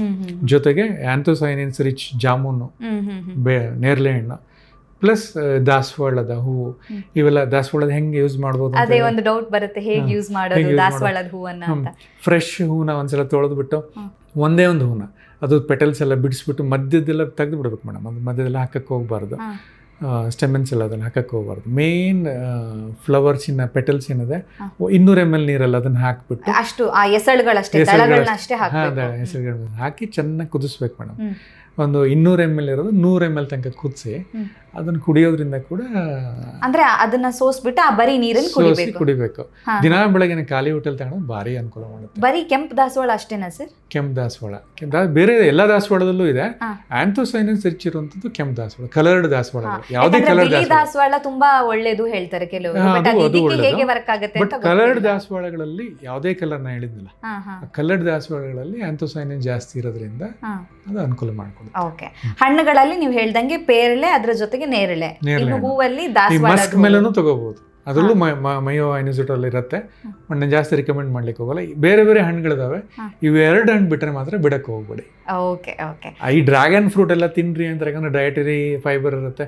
ಅದು ಮೇಡಮ್ ಅದೆಲ್ಲ ಕಾಸ್ಟ್ಲಿ, ಎಲ್ಲ ಜನಗಳಿಗೂ ಅದನ್ನು ತಗೊಳ್ಲಿಕ್ಕಾಗಲ್ಲ, ತಿನ್ಲಿಕ್ಕಾಗಲ್ಲ. ಹಾಗಾಗಿ ಪೇರ್ಲೆ ಹಣ್ಣು ಯಥೇಚ್ಛವಾಗಿ ಸಿಗುತ್ತೆ, ಪೇರ್ಲೆಕಾಯಿನ ತಿನ್ಬೋದು. ಓಕೆ, ಇನ್ನು ತರಕಾರಿಯಲ್ಲಿ ಯಾವ್ದನ್ನೆಲ್ಲ ತಿನ್ಬೇಕು? ನಿಮ್ದೇ ವಿಡಿಯೋದಲ್ಲಿ ನೀವು ಒಂದಿಷ್ಟು ತರಕಾರಿಗಳನ್ನ ಮೆನ್ಷನ್ ಮಾಡಿದ್ರಿ ಸರ್. ಹೀರೆಕಾಯಿ ಒಳ್ಳೇದು, ತೊಂಡೆಕಾಯಿ ಒಳ್ಳೇದು, ನುಗ್ಗೆ ಸೊಪ್ಪು ಮತ್ತೆ ನುಗ್ಗೆಕಾಯಿ ಇದು ಒಳ್ಳೇದು ಅಂತ ಹೇಳಿದ್ರಿ. ಸೊ ಡಯಾಬಿಟಿಸ್ ಪೇಷಂಟ್ಗೆ ಹೇಗೆ ಇದು ಸಹಾಯ ಆಗುತ್ತೆ, ಸ್ವಲ್ಪ ಎಕ್ಸ್ಪ್ಲೈನ್ ಮಾಡ್ತೀರಾ? ಈ ಹಾಗಲಕಾಯಿಯಿಂದ ಹಿಂದೆ ಬಿದ್ದುಬಿಟ್ಟಿದಾರಲ್ಲ ಜನ, ಈ ಹಾಗಲಕಾಯಿ ಅಲ್ದೇನೆ ಇವೆಲ್ಲ ಬೇರೆ ತರಕಾರಿಗಳು, ಚೆನ್ನಾಗಿರೋ ತರಕಾರಿಗಳು. ಇದ್ರಲ್ಲಿ ಗ್ಲೈಸೆಮಿಕ್ ಇಂಡೆಕ್ಸು ಕಡಿಮೆ, ಜೊತೆಗೆ ನಿಧಾನಕ್ಕೆ ರಕ್ತಕ್ಕೆ ಸಕ್ಕರೆ ಅಂಶ ಸೇರ್ಕೊಳ್ತಾ ಬರುತ್ತೆ. ಅದರಲ್ಲಿ ನೀವು ಹೇಳ್ದಂಗೆ ಈ ನುಗ್ಗೆಕಾಯಿ ತುಂಬ ಅನುಕೂಲ ಮಾಡಿಕೊಡುತ್ತೆ. ಐರನ್ ಕಂಟೆಂಟು ತುಂಬ ಚೆನ್ನಾಗಿರುತ್ತೆ. ಆಮೇಲೆ ಸಕ್ಕರೆ ಅಂಶನೂ ನಿಧಾನಕ್ಕೆ ಬ್ಲಡ್ಡಲ್ಲಿ ಬಿಡುಗಡೆ ಮಾಡ್ತಾ ಬರುತ್ತೆ. ಅದೇ ರೀತಿ ತೊಂಡೆಕಾಯಿ ಮೇಡಮ್, ಎಷ್ಟೋ ಕಡೆ ಈ ನಾರ್ತ್ ಸೈಡೆಲ್ಲ ತೊಂಡೆಕಾಯಿನ ಉಪ್ಪಿನಕಾಯಿನೆಲ್ಲ ಮಾಡ್ತಾರೆ. ತೊಂಡೆಕಾಯಿ ಹೆಚ್ಚಿಬಿಟ್ಟು ನಿಂಬೆಹಣ್ಣು ಹಾಕಿ ಅದೇ ಉಪ್ಪಿನಕಾಯಿ ಥರ ಮಾಡಿಕೊಂಡು ರೊಟ್ಟಿ ಚಪಾತಿಗಳ ಜೊತೆ ತಿಂತಾರೆ, ಅನ್ನದ ಜೊತೆಗೂ ತಿನ್ನೋರಿದ್ದಾರೆ. ಸೊ ತೊಂಡೆಕಾಯಿ ತುಂಬ ಅನುಕೂಲ ಮಾಡುತ್ತೆ. ಅದರಲ್ಲಿ ಜೆಲ್ ಇರುತ್ತೆ, ಯೂಶಲಿ ಏನು ಮಾಡುತ್ತೆ, ಕೋಟಿಂಗ್ ಮಾಡುತ್ತೆ ಅನ್ನನಾಳ ಮತ್ತು ಹೊಟ್ಟೆ ಕೋಟಿಂಗ್ ಮಾಡಿಕೊಂಡು ಸಕ್ಕರೆ ಅಂಶನ ನಿಧಾನಕ್ಕೆ ಕರಳಲ್ಲಿ ರಕ್ತಕ್ಕೆ ಸೇರಿಸ್ಕೊಳ್ತಾ ಬರುತ್ತೆ. ಇದು ತೊಂಡೆಕಾಯಿ ಮಾಡೋದು. ಅದೇ ಥರ ಹೀರೆಕಾಯಿ ಕೂಡ ಅಷ್ಟೇ. ಸೊ ಇವಿಷ್ಟು ತರಕಾರಿಗಳು ತುಂಬ ಅನುಕೂಲ ಮಾಡಿಕೊಳ್ಳುತ್ತೆ. ಡಾಕ್ಟರ್, ನೀವು ತರಕಾರಿ ಬಗ್ಗೆ ಹೇಳಿದ್ರಿ, ಆದರೆ ಇತ್ತೀಚಿನ ದಿನಗಳಲ್ಲಿ ತುಂಬ ಜನರಿಗಿರುವಂಥ ಒಂದು ಪ್ರಶ್ನೆ, ನಮಗೆ ಮಾರ್ಕೆಟಲ್ಲಿ ಸಿಗುವಂಥ ಯಾವ ತರಕಾರಿಯೂ ಕೂಡ ಅದು ಆರ್ಗ್ಯಾನಿಕ್ ಆಗಿರೋದಿಲ್ಲ. ಅದ್ರ ಮೇಲೆ ಕೀಟನಾಶಕಗಳನ್ನ ಸಿಂಪಡಣೆ ಮಾಡಿರ್ತಾರೆ. ಬೆಳಿಬೇಕಾದ್ರೇ ಅದು ಕೆಮಿಕಲಲ್ಲೇ ಗ್ರೋತ್ ಆಗಿರುತ್ತೆ. ಇನ್ನು ನಮಗೆ ಆರೋಗ್ಯಕರ ಅಥವಾ ಹೆಲ್ದಿ ಅನ್ನುವಂಥ ಫುಡ್ ಎಲ್ಲಿಂದ ಸಿಗುತ್ತೆ, ಯಾವ ತರಕಾರಿನ ನಾವು ಹೇಗೆ ನಂಬಬೇಕು ಅನ್ನೋದೊಂದು ಬರುತ್ತೆ. ಸೊ ಏನಾದರೂ ಕ್ಲೀನ್ ಮಾಡೋದಕ್ಕೆ ಮೆಥಡ್ ಏನಾದರೂ ಇದೆಯಾ ಸರ್? ಹೌದೌದು, ನಿಜವಾಗ್ಲೂ ಒಳ್ಳೆ ಪ್ರಶ್ನೆ. ಯಾಕಂದರೆ ಮಾಲ್ಗಳಲ್ಲಿ ಅಥವಾ ಈ ಡಿಪಾರ್ಟ್ಮೆಂಟಲ್ ಸ್ಟೋರ್ಸಲ್ಲಿ ತರಕಾರಿ ಕೂಡ ಪ್ರಿಸರ್ವೇಟಿವ್ ಆಗಿ ತುಂಬ ದಿನ ತನಕ ಇಟ್ಟಿರ್ತಾರೆ, ಅದು ಕೆಮಿಕಲ್ಲು. ಜೊತೆಗೆ ರೈತರು ಕೂಡ ಸಿಂಪಡಿಸುವಂಥ ಕೆಮಿಕಲ್ಸ್ಗಳು, ಇನ್ಸೆಕ್ಟಿಸೈಡ್ಸ್ ಎಲ್ಲವೂ ಇರ್ತವೆ ಮೇಡಮ್. ಅದನ್ನು ಬೆಟರ್ ಅಂತ ಹೇಳಿದ್ರೆ ನಾವೇನು ಮಾಡಬೇಕು, ಅದನ್ನು ಯೂಸ್ ಮಾಡೋ ಮೊದಲು, ತರಕಾರಿ ಬಳಸೋ ಮೊದಲು ಒಂದು ದೊಡ್ಡ ಪಾತ್ರೆಯಲ್ಲಿ ಒಂದು ಅರ್ಧ ಚಮಚದಷ್ಟು ಉಪ್ಪು ಮತ್ತು ಅರ್ಧ ಚಮಚದಷ್ಟು ಸೋಡಾ ಪುಡಿ ಹಾಕಿಬಿಟ್ಟು ತರಕಾರಿಗಳನ್ನ ನೆನೆಸಿಟ್ಬಿಟ್ಟು, ಹಣ್ಣಾಗಿರ್ಬೋದು ತರಕಾರಿ ಆಗಿರ್ಬೋದು, ಅದು ನೆನೆಸಿಟ್ಬಿಟ್ಟು ಆಮೇಲೆ ಚೆನ್ನಾಗೆ ಈ ಹರಿಯೋ ನೀರಿನಲ್ಲಿ ಅದನ್ನು ತೊಳೆದ್ಬಿಟ್ಟು ವಾಶ್ ಮಾಡಿ ಅದನ್ನು ಬಳಸೋದ್ರಿಂದ ಎಷ್ಟೋ ಕೆಮಿಕಲ್ ಕಡಿಮೆ ಆಗುತ್ತೆ. ಇಲ್ಲಾಂದರೆ ಇಂಡೈರೆಕ್ಟಾಗಿ ನಮಗೆ ಗೊತ್ತಿಲ್ಲದಂಗೆ ಎಂಡೋಕ್ರೈನ್ ಗ್ಲ್ಯಾಂಡ್ಸ್ಗಳಾಗಲಿ ಅಂಗಾಂಗಗಳಾಗಲಿ ಸಮಸ್ಯೆ ಕೊಡುವಂಥ ಪಾಸಿಬಿಲಿಟಿ ಇರುತ್ತೆ ಕೆಮಿಕಲ್ಗಳು. ಆದ್ದರಿಂದ ಇದು ತುಂಬ ಇಂಪಾರ್ಟೆಂಟ್ ಪ್ರಶ್ನೆ ನೀವು ಕೇಳಿದ್ದು. ತರಕಾರಿಗಳನ್ನ ಈ ಥರ ಮಾಡಿ ಸೇವನೆ ಮಾಡೋದ್ರಿಂದ ಕೂಡ ಆರೋಗ್ಯಕ್ಕೆ ಒಳ್ಳೆಯದು. ಊಟ ಮಾಡಿದ ತಕ್ಷಣನೇ ಮಲಗಬಾರ್ದು, ಒಂದು ಸ್ವಲ್ಪ ವಾಕಿಂಗ್ ಮಾಡಬೇಕು ಅಂತ ಹೇಳ್ತಾರೆ. ಇನ್ನು ಡಯಾಬಿಟೀಸ್ ಇರೋರಿಗೆ ಇದು ಇನ್ನೂ ತುಂಬಾನೇ ಮುಖ್ಯ ಅಂತ ಹೇಳ್ತಾರೆ. ಸೊ ನಿಜವಾಗಿಯೂ ಹೌದಾ ಸರ್? ಆಯುರ್ವೇದದ ಪ್ರಕಾರ ಒಪ್ಕೋತೀರಾ ಇದನ್ನ? ಹೇಗೆ ಮಸಲ್ ಮಾಸ್ ಬಗ್ಗೆ ಏನು ಹೇಳ್ತೀರಾ ಅಂತ? ಫಸ್ಟು ಊಟ ಆದ್ಮೇಲೆ ಮಲಗಬಾರ್ದು. ಊಟ ಆದ್ಮೇಲೆ ಮಲಗಿದ್ರೆ ಆಮದೋಷ ಜಾಸ್ತಿ ಆಗುತ್ತೆ ಅಂತ ಆಯುರ್ವೇದ ಹೇಳುತ್ತೆ. ಯಾರಿಗೇ ಆಗಲಿ ಕಾಯಿಲೆ ಉತ್ಪನ್ನ ಆಗುತ್ತೆ, ಆದ್ದರಿಂದ ಊಟ ಆದ್ಮೇಲೆ ಮಲಗಕ್ಕೆ ಹೋಗ್ಬಿಡಿ. ಮಲಗಿದ್ರೂ ಊಟಕ್ಕಿಂತ ಮುಂಚೆ 1 ಗಂಟೆ, ನೀವು ಬೆಳಗ್ಗೆ ಮಧ್ಯಾಹ್ನ 1 ಗಂಟೆ ಇರುತ್ತಲ್ಲ, ಎಲ್ಲರೂ ಎಲ್ಲಿ ಕೆಲಸದಲ್ಲಿ ಇರ್ತಾರೆ, ಎಲ್ಲಿ ಮಧ್ಯಾಹ್ನ 1 ಗಂಟೆ ಮಲಗೋಕ್ಕಾಗತ್ತೆ ಅಲ್ವಾ? 1 ರಿಂದ 1:30 ತನಕ ಮ್ಯಾಕ್ಸಿಮಮ್ ಮಲಗ್ಬೋದು ಮೇಡಮ್. ಆಯುರ್ವೇದ ಹೇಳೋ ಪ್ರಕಾರ, ನಾನೇ ಹೇಳ್ತಿಲ್ಲ, ಶಾಸ್ತ್ರದಲ್ಲಿ ಹೇಳೋ ಪ್ರಕಾರ ಊಟ ಆದಮೇಲೆ ಮಾತ್ರ ಮಲಗಲೇಬಾರ್ದು. ಯಾಕಂದರೆ ಆಮದೋಷ ಜಾಸ್ತಿ ಆಗ್ತಾ ಬರುತ್ತೆ. ಡಯಾಬಿಟಿಕ್ಸ್ ಪೇಷಂಟ್ಸ್ ಅಂತೂ ಊಟ ಆದಮೇಲೆ ಮಲಗಲೇಬಾರ್ದು. ಯಾಕಂತ ಹೇಳಿದ್ರೆ ಮೊದಲನೇ ಅಲ್ಲಿ ಶ್ರೋತ ಅವರೋಧ ಆಗಿರುತ್ತೆ, ಆಮದೋಷ ಜಾಸ್ತಿ ಆಗಿರುತ್ತೆ, ಗ್ಲೈಕೇಷನ್ ಪ್ರೊಸೆಸ್ ನಡೀತಾ ಇರುತ್ತೆ. ಇನ್ನೂ ಸ್ವಲ್ಪ ಇನ್ಸುಲಿನ್ ಜಾಸ್ತಿ ಬಿಡುಗಡೆ ಆಗುತ್ತೆ, ಇನ್ಸುಲಿನ್ ಸ್ಪೈಕ್ಸ್ ಜಾಸ್ತಿ ಆಗಿ ಬರುತ್ತೆ. ನೀವು ಊಟ ಮಾಡಿ ಮಲಗಿರ್ತೀರ, ಮತ್ತೆ ಆದ್ಮೇಲೆ ಮತ್ತೆ ಹಸಿವಾಗತ್ತೆ ನಿಮಗೆ, ಮತ್ತೆ ಊಟ ಮಾಡೋಣ ಅನಿಸುತ್ತೆ. ಆದ್ದರಿಂದ ಇನ್ಸುಲಿನ್ ಸ್ಪೈಕ್ಸ್ ಆಗಬಾರ್ದು, ಶುಗರ್ ಸ್ಪೈಕ್ಸ್ ಜಾಸ್ತಿ ಆಗಬಾರ್ದು, ಮತ್ತು ಲಿವರಲ್ಲಿ ಗ್ಲೂಕೋಸ್ ಸ್ಟೋರೇಜ್ ಆಗಬಾರ್ದು ಅಂತ ಹೇಳಿದ್ರೆ ಊಟ ಆದಮೇಲೆ ಖಂಡಿತವಾಗಲೂ ಮಲಗೋದನ್ನು ಅವಾಯ್ಡ್ ಮಾಡಲೇಬೇಕಾಗತ್ತೆ. ನೀವು ಮಸಲ್ಸ್ ಬಗ್ಗೆ ಕೇಳಿದ್ರಿ ಮೇಡಮ್. ಮಸಲ್ ತುಂಬ ಇಂಪಾರ್ಟೆಂಟ್ ಡಯಾಬಿಟಿಸ್ನಲ್ಲಿ. ಈಗ ಡಯಾಬಿಟಿಸ್ ಬಂದಾದಮೇಲೆ ನಾನು ಮಸಲ್ಸ್ ಬೆಳೆಸ್ಕೊಂತೀನಿ, ತಪ್ಪು. ನಾವು ಪ್ರತಿಯೊಬ್ಬರು ಕೂಡ ಮಸಲ್ನ ಎಷ್ಟು ಚೆನ್ನಾಗಿ ಬೆಳೆಸ್ಕೊಳ್ತಾ ಹೋಗ್ತೀವಿ, ಮುಂದೆ ಫ್ಯೂಚರಲ್ಲಿ ಆರೋಗ್ಯದ ಸಮಸ್ಯೆಗಳು ಬರೋದಿಲ್ಲ. ಎಷ್ಟೋ ಜನ ನಾವು ನೋಡಿದ್ದೀವಿ, ಸ್ಟ್ರೋಕ್ ಆಗಿರುತ್ತೆ ಮೇಡಮ್. ಎಷ್ಟೋ ವರ್ಷದ ನಂತರ 55-60 ವರ್ಷದ ನಂತರ ಸ್ಟ್ರೋಕ್ ಆಗಿರುತ್ತೆ, ಒಂದು ಕೈ ಒಂದು ಕಾಲು ಸ್ವಾಧೀನವಾಗಿರುತ್ತೆ. ಯಾರಲ್ಲಿ ಮಸಲ್ ಚೆನ್ನಾಗಿರುತ್ತೆ ಅವರು ರಿಕವರಿ ರೇಟ್ ಜಲ್ದಿ ನೋಡಿದ್ದೀವಿ ಸ್ಟ್ರೋಕ್ ಪೇಷಂಟ್ಸ್ಗಳಲ್ಲಿ. ಮತ್ತು ನಡಿಲಿಕ್ಕೆ ಶುರು ಮಾಡಿದ್ದಾರೆ, ಮತ್ತು ಅವ್ರ ಪಾಡಿಗೆ ಊಟ ಮಾಡಲಿಕ್ಕೆ ಶುರು ಮಾಡಿದ್ದಾರೆ. ಯಾರಲ್ಲಿ ಎಕ್ಸಸೈಸ್ ಮಾಡಿಲ್ಲ, ಮಸಲ್ಸ್ ಚೆನ್ನಾಗಿಲ್ಲ, ಅವ್ರುಗಳಲ್ಲಿ ಸಮಸ್ಯೆ ಆಗಿರೋದು ಕೂಡ ನಾವು ನೋಡಿದ್ವಿ. ಅಂದರೆ ರಿಕವರಿನೇ ಆಗದೆ ಇರೋದು, ಬೆಡ್ ರಿಡನ್ ಆಗಿರೋದನ್ನು ಕೂಡ ನೋಡಿದ್ವಿ. ಡಯಾಬಿಟಿಸ್ನಲ್ಲಿ ಯಾಕೆ ಮಸಲ್ ತುಂಬ ಇಂಪಾರ್ಟೆಂಟ್, ಅದರಲ್ಲೂ ಕಾಫ್ ಮಸಲ್ಸ್ ಅಂತ ಕರಿತೀವಿ, ಸೋಲಿಯಸ್ ಮಸಲ್ಸ್ ಅಂತ ಕರಿತೀವಿ, ಅದು ಭಾರಿ ಇಂಪಾರ್ಟೆಂಟ್. ಯಾಕೆ ಅಂತ ಹೇಳಿದ್ರೆ ಬೇರೆ ಜೀವಕೋಶಗಳಿಗೆ ಇನ್ಸುಲಿನ್ ಬೇಕು, ಮೀಡಿಯೇಟರ್ ಬೇಕು, ಜೀವಕೋಶಗಳಿಗೆ ಸಕ್ಕರೆ ಅಂಶ ತೊಗೊಂಡು ಹೋಗ್ಲಿಕ್ಕೆ. ಆದರೆ ಮಸಲ್ಸ್ಗಳಿಗೆ ಇನ್ಸುಲಿನ್ ಬೇಡವೇ ಬೇಡ, ಡೈರೆಕ್ಟಾಗಿ ಸಕ್ಕರೆ ಮಾಂಸಕೋಶಗಳಿಗೆ ಸೇರ್ಕೊಂಡ್ರೆ ಮಸಲ್ಸಿಗೆ ಸೇರ್ಕೊಳುತ್ತೆ. ಆವಾಗ ಮಸಲ್ ಪಂಪ್ ಮಾಡುತ್ತೆ, ಆ ಮಸಲ್ ಯುಟಿಲೈಸ್ ಮಾಡ್ಕೊಳುತ್ತೆ ಎನರ್ಜಿಗೋಸ್ಕರ ಶುಗರ್ನ. ಆದ್ದರಿಂದ muscle mass is very very important in diabetic patient. Ayurveda ಬೇಗ ವರ್ಕ್ ಆಗಲ್ಲ, ಅಂದರೆ ಬೇಗ ರಿಸಲ್ಟ್ ಕೊಡೋದಿಲ್ಲ. ಸೊ ಆಯುರ್ವೇದವನ್ನು ಮಾಡಿದ್ರೆ ನಮಗೆ ಬೇಗ ಶುಗರ್ ಕಂಟ್ರೋಲಿಗೆ ಬರೋದಿಲ್ಲ ಅಂತ ಅಂದ್ಕೊಳ್ಳೋರು ಕೆಲವ್ರು ಇರಬಹುದು. ಸೊ ನಿಜವಾಗಿ ಹೌದಾ ಸರ್, ಆಯುರ್ವೇದ ಬೇಗ ರಿಸಲ್ಟ್ ಕೊಡೋದಿಲ್ವಾ, ಸ್ಲೋ ರಿಸಲ್ಟ್ ಕೊಡುತ್ತಾ, ಏನು ಹೇಳ್ತೀರಾ? ಓಕೆ, ನೀವು ಅದಕ್ಕಿಂತ ಮೊದಲು ಈಗ ನೀವು ಹಾಲು ಕಾಯಕ್ಕೆ ಇಡ್ತೀರ ಮೇಡಮ್. ಹಾಲು ಕಾಯಕ್ಕೆ ಇಟ್ಟ ಕೂಡಲೇ ಕೆನೆ ಬಂದ್ಬಿಡುತ್ತಾ? ಕೆನೆ ತಕ್ಷಣ ಬಂದ್ಬಿಡುತ್ತೆ, ಕೆನೆ ಹುಟ್ಕೊಂಡ್ಬಿಡುತ್ತೆ. ಅದ್ರದ್ದೇ ಅಂತ ಒಂದು ಟೈಮ್ ಇದೆ, ಅದರದ್ದೇ ಅಂತ ಒಂದು ಟೈಮ್ ಪೀರಿಯಡ್ ಇದೆ. ಆ ಟೈಮ್ ಪೀರಿಯಡ್ ಆದ ಕೂಡಲೇ ಕೆನೆ ಬರುತ್ತೆ, ಕೆನೆನ ತೆಗಿತೀರ. ಸೊ ಒಳಗಡೆ ಎಲ್ಲ ಏನೇನು ಅದು ಆಕ್ಸಿಡೇಷನ್ ಆಗಬೇಕು ಅಥವಾ ಏನೇನು ಚೇಂಜಸ್ ಆಗಬೇಕು ಅದೆಲ್ಲ ಮಾರ್ಪಾಡು ಆದಮೇಲೆ ಕೆನೆ ಹಿಂಗೆ ಪದರು ತಯಾರಾಗುತ್ತೆ. ಆಯುರ್ವೇದದಲ್ಲಿ ಅದು ಸುಳ್ಳು, ನೀವು ಹೇಳ್ತಿರೋದು ತಕ್ಷಣ ಕೆಲಸ ಮಾಡಲ್ಲ ಅಂತ ಹೇಳ್ಬಿಟ್ಟು. ಒಂದು ತ್ರಿವೃತ್ ಲೇಹ ಅಂತ ಒಂದು ಲೇಹ ಇದೆ ಮೇಡಮ್. ಆ ಲೇಹನ್ನು ನೀವು ಬರೀ 3 ಚಮಚ ಕೊಟ್ಟರೆ ಒಂದು ಅರ್ಧ ಗಂಟೆ ಆದ ನಂತರ ಒಂದು 15ರಿಂದ 20 ಸಲ ಲೂಸ್ ಮೋಷನ್ ಸ್ಟಾರ್ಟ್ ಆಗುತ್ತೆ ಒಬ್ಬ ಮನುಷ್ಯನಿಗೆ. ಮತ್ತು ಇಚ್ಛಾಭೇದಿ ರಸ ಅಂತ ಒಂದಿಷ್ಟೇ ಎಷ್ಟು ಗೋಧಿ ಕಾಳಷ್ಟು ಇರುತ್ತೆ ಅಷ್ಟೇ. ಆ 1 ಟ್ಯಾಬ್ಲೆಟ್ ಕೊಟ್ಟರೆ 20ರಿಂದ 25 ಸಲ ಭೇದಿ ಆಗುತ್ತೆ. ಎಷ್ಟು ನಿಮಿಷದಲ್ಲಿ? ಬರೀ 20ರಿಂದ 25 ನಿಮಿಷದಲ್ಲಿ. ಈಗ ನೀವು ಹೇಳಿ ಆಯುರ್ವೇದ ಸ್ಲೋನ ಅಂತೇಳಿ. ಇಲ್ಲ ಸರ್, ಫಾಸ್ಟಾಗೇ ಇದೆ. ಅಂದರೆ ಒಬ್ಬೊಬ್ಬ ಪ್ರಕೃತಿಗೆ, ಒಬ್ಬೊಬ್ಬ ಮನುಷ್ಯನಿಗೆ, ಒಂದೊಂದು ಕಾಯಿಲೆಗೆ, ಒಂದೊಂದು ಸಮಸ್ಯೆಗೆ ಖಂಡಿತವಾಗ್ಲೂ ಆಯುರ್ವೇದ ಅದರದೇ ಆದಂಥ ಒಂದು ಕೆಲಸ ಮಾಡುತ್ತೆ. ಆದರೆ ಬರೀ ಆಯುರ್ವೇದ ಔಷಧಿ ಅಷ್ಟೇ ಅಲ್ಲ, ಆಯುರ್ವೇದ ಔಷಧಿ ಜೊತೆಗೆ ನಮ್ಮ ಜೀವನ ಶೈಲಿ ಚೆನ್ನಾಗಿ ಇಟ್ಕೊಂಡಿರ್ಬೇಕು. ನಾವು ದಿನಚರಿ ಅಂತ ಕರಿತೀವಿ ಆಯುರ್ವೇದದಲ್ಲಿ. ಆ ದಿನಚರಿ ಚೆನ್ನಾಗಿದ್ರೆ ಮಾತ್ರ ಆಯುರ್ವೇದ ಮೆಡಿಸಿನ್ ಕೆಲಸ ಮಾಡುತ್ತೆ. ನೀವು ದಿನಚರಿ ಚೆನ್ನಾಗೇ ಇಟ್ಕೊಂಡಿಲ್ಲ, ನಾನು ದಿನ ಸಂಜೆ ಎಣ್ಣೆ ಹೊಡಿತೀನಿ, ಸಿಗರೇಟ್ ಸೇರ್ತೀನಿ, ಗುಟ್ಕಾ ಹಾಕ್ತೀನಿ, ಆಯಿತಾ, ಕೂತ್ಕೊಂಡಿರ್ತೀನಿ, ನಾನು ಏನೂ ಕೆಲಸ ಮಾಡಲ್ಲ, ಸೆಡೆಂಟ್ರಿ ಲೈಫ್ ಸ್ಟೈಲಲ್ಲಿದ್ದೀನಿ, ನಾನು ಏನು ದುಡಿಮೆನೂ ಮಾಡಲ್ಲ ಅಂಥವ್ರುಗಳಿಗೆ ನೀವು ಆಯುರ್ವೇದ ಕೊಡಿ, ನಾನು ತಗೊಂತೀನಿ ಅಂಥವ್ರುಗಳಿಗೆ ಆಯುರ್ವೇದ ಔಷಧಿ ಕೆಲಸ ಮಾಡೋದಿಲ್ಲ ಮೇಡಮ್. ನೀವು ಫಸ್ಟು ನಿಮ್ಮ ಜೀವನ ಶೈಲಿನ, ದಿನಚರಿನ ಸರಿ ಮಾಡ್ಕೊಳ್ರಿ, ಋತುಚರ್ಯನ ಸರಿ ಮಾಡ್ಕೊಳ್ರಿ, ಆಮೇಲೆ ಆಯುರ್ವೇದ ಔಷಧಿನ ತೊಗೊಳ್ಳಿ. ಖಂಡಿತವಾಗ್ಲೂ ಆಯುರ್ವೇದ ಫಾಸ್ಟಿಗೆ ಕೆಲಸ ಮಾಡಿ, ಚೆನ್ನಾಗಿ ಕೆಲಸ ಮಾಡಿ. ಓಕೆ, ಕೆಲವರಿಗೆ ಇನ್ಸುಲಿನ್ ತಗೋತಾ ಇರ್ತಾರೆ ಅಥವಾ ಅಲೋಪತಿ ಮೆಡಿಸಿನ್ ತಗೋತಾ ಇರ್ತಾರೆ. ಅವ್ರು ಅದೇ ಸಂದರ್ಭದಲ್ಲಿ ಆಯುರ್ವೇದದ ಮೆಡಿಸಿನ್ ಮಾಡಬಹುದಾ? ಈಗ ಯಾರೋ ಇಂಟರ್ವ್ಯೂ ನೋಡಿ ನಾನು ಡಯಟ್ ಕಂಟ್ರೋಲಿಗೆ ಬರಬೇಕು, ನಿಮ್ಮ ಹತ್ರ ಬರ್ತೀನಿ ಅಂತ ಹೇಳಿದಾಗ ಅವರು ಈ ಟೈಮಲ್ಲಿ ಬೇರೆ ಯಾವುದೋ ಮೆಡಿಸಿನನ್ನು ಮಾಡ್ತಾ ಇರ್ತಾರೆ, ಇನ್ಸುಲಿನ್ನೇ ತಗೊಳ್ತಾ ಇರ್ತಾರೆ. ಸೊ ಒಂದೇ ಬಾರಿಗೆ 2 ವಿಧವಾದಂಥ ಔಷಧಿಗಳನ್ನ ತಗೋಬಹುದಾ, ಹೇಗೆ ಅಂತ? ಆಯುರ್ವೇದ ಅಲೋಪತಿ ಮೆಡಿಸಿನ್ಸ್ ಜೊತೆಗೆ ಪ್ಯಾರಲಲ್ ಆಗಿ ತಗೋಬೋದು ಮೇಡಮ್. ಯಾಕಂದರೆ ಆಯುರ್ವೇದದಲ್ಲಿ ಇರುವಂಥದ್ದು ದಿನನಿತ್ಯ ಬಳಸುವಂಥ ಕೆಲವು ದ್ರವ್ಯಗಳು, ಫಾರ್ ಎಕ್ಸಾಂಪಲ್ ಅರಿಶಿನ ಆಗಿರ್ಬೋದು, ಬೆಟ್ಟದ ನೆಲೆ ಉಪ್ಪಿನಕಾಯಿ ಆಗಿರ್ಬೋದು, ಈ ಥರದ್ದೆಲ್ಲ ತಿಂತೀವಲ್ಲ ನಾವು ಡೈಲಿ, ಮೆಂತ್ಯ ಆಗಿರ್ಬೋದು, ಇದೆಲ್ಲ ತಗೊತೀವಿ. ಅದೇ ಥರದ ದ್ರವ್ಯಗಳಿಂದನೇ ಆಯುರ್ವೇದ ಔಷಧಿಗಳನ್ನ ಮಾಡೋದ್ರಿಂದ ಈ ಇಂಟರಾಕ್ಷನ್ ಆಗಲ್ಲ ಮೇಡಮ್, ಡ್ರಗ್ ಇಂಟರಾಕ್ಷನ್ ಆಗಲ್ಲ. ಇನ್ಸುಲಿನ್ ಜೊತೆಗೆ ಆಯುರ್ವೇದ ಔಷಧಿ ತೊಗೊಂಡ್ರೆ ಎಲ್ಲೋ ಶುಗರ್ ಡೌನ್ ಆಗಿಬಿಡುತ್ತೆ, ಡ್ರಾಪ್ ಆಗಿಬಿಡುತ್ತೆ. ಶುಗರ್ ಮಾತ್ರೆಗಳ ಜೊತೆಗೆ ಆಯುರ್ವೇದ ತೊಗೊಳ್ತಿದ್ದಂಗೆ ಎಲ್ಲೋ ಡ್ರಾಪ್ ಆಗಿಬಿಡೋದು, ಎಲ್ಲ ತಪ್ಪು ಕಲ್ಪನೆಗಳು. ಪ್ಯಾರಲ್ಲಾಗೆ ಈಗ ಏನು ಇಂಗ್ಲೀಷ್ ಮೆಡಿಸಿನ್ ತಗೊಂತಿರ್ತಾರೆ, ಅಲೋಪತಿಕ್ ಮೆಡಿಸಿನ್ಸ್ ತಗೊಂತಿರ್ತಾರೆ, ಎಂಡೋಕ್ರೈನಿಸ್ಟ್ ತೋರಿಸಿರ್ತಾರೆ, ಡಯಾಬಿಟೋಲಜಿಸ್ಟ್ ತೋರಿಸಿರ್ತಾರೆ, ಫಿಸಿಷಿಯನ್ಸ್, ಇದ್ರ ಜೊತೆಗೆ ಅವ್ರಿಗೆ ಕೇಳಿಕೊಂಡೆ, ಅವ್ರ ಪರ್ಮಿಷನ್ ತೊಗೊಂಡೆ ಜೊತೆಗೆ ಆಯುರ್ವೇದನ ತಗೊಳ್ತಾ ಹೋದಂಗೂ ಅವರಿಗೆ ಡಯಾಬಿಟಿಕ್ ಕಾಂಪ್ಲಿಕೇಶನ್ಸ್ ಆಗೋದು ಕಡಿಮೆ ಆಗ್ತಾ ಬರುತ್ತೆ, ಇನ್ಫ್ಲಮೇಷನ್ ರೇಟ್ ಕಡಿಮೆ ಆಗ್ತಾ ಬರುತ್ತೆ, ಅವ್ರ ಆರೋಗ್ಯ ಇನ್ನೂ ಸುಧಾರಿಸ್ತಾ ಬರುತ್ತೆ. ನಾನು ಹೇಳೋದು holistic approach is always important in diabetic care. ಎಲ್ಲೋ ಒಬ್ಬ ಡಾಕ್ಟರ್ ಹೇಳ್ತೀನಿ, ನೀವೆಲ್ಲ ಆಯುರ್ವೇದ ನಂಬೇಡ್ರಿ ಅಂತ ಹೇಳ್ತಾರೆ, ಆಯಿತಾ. ಇನ್ನು ಯಾರೋ ಆಯುರ್ವೇದ ಡಾಕ್ಟರ್ ಬರ್ತಾರೆ, ನೀವು ಇಂಗ್ಲೀಷ್ ಮೆಡಿಸಿನ್ ನಂಬೇಡ್ರಿ ಅಂತ ಹೇಳ್ತಾರೆ. ಇದೆಲ್ಲ ಬೇಡ, ಅಹಂಕಾರಗಳ ಮಧ್ಯದಲ್ಲಿ ಪೇಷಂಟಿಗೆ ಸಮಸ್ಯೆ ಮಾಡೋದು ಬೇಡ. ನಾನು ಹೇಳೋದು ಹೋಲಿಸ್ಟಿಕ್ ಅಪ್ರೋಚ್ ಇದ್ದರೆ, ಸರಿಯಾದ ರೀತಿಯಲ್ಲಿ ವ್ಯಕ್ತಿನ ಪರೀಕ್ಷೆ ಮಾಡಿಸ್ಕೊಂಡು ಪ್ರಕೃತಿನ ಪರೀಕ್ಷೆ ಮಾಡಿ ಹೋಲಿಸ್ಟಿಕ್ ಅಪ್ರೋಚ್ ಮಾಡೋದ್ರಿಂದ ಖಂಡಿತವಾಗಲೂ ಡಯಾಬಿಟಿಸ್ನ ನಿಯಂತ್ರಣದಲ್ಲಿ ಇಟ್ಕೋಬೋದು. ಓಕೆ, ಹಾಗಿದ್ರೆ ಡಾಕ್ಟರ್, ಈಗ ಡಯಾಬಿಟೀಸ್ ಇತ್ತು ಅಂಥವರಿಗೆ ನೀವು ಹೇಳಿದ್ರಿ ಲೈಫ್ ಸ್ಟೈಲ್ ಮಾಡಿಫಿಕೇಷನ್ ತುಂಬಾ ಇಂಪಾರ್ಟೆಂಟ್ ಆಗಿರುತ್ತೆ ಅಂತ. ಇದ್ರ ಜೊತೆಗೆ ನಿದ್ದೆ ಎಷ್ಟು ಮುಖ್ಯ ಆಗುತ್ತೆ ಅವ್ರಿಗೆ? ಎಷ್ಟೋ ಜನ ನಾನು ಹೇಳ್ತಾರೆ, ನಾನು ತುಂಬ ಚೆನ್ನಾಗಿ ಡಯಟ್ ಕಂಟ್ರೋಲ್ ಮಾಡ್ತೀನಿ ಸರ್, ಮಾತ್ರೆ ಕರೆಕ್ಟಾಗಿ ತೊಗೊತಿದ್ದೀನಿ, ಆದರೂ ನಾನು ಶುಗರ್ ಕಂಟ್ರೋಲಾಗಿಲ್ಲ ಅಂತ ಹೇಳಿ.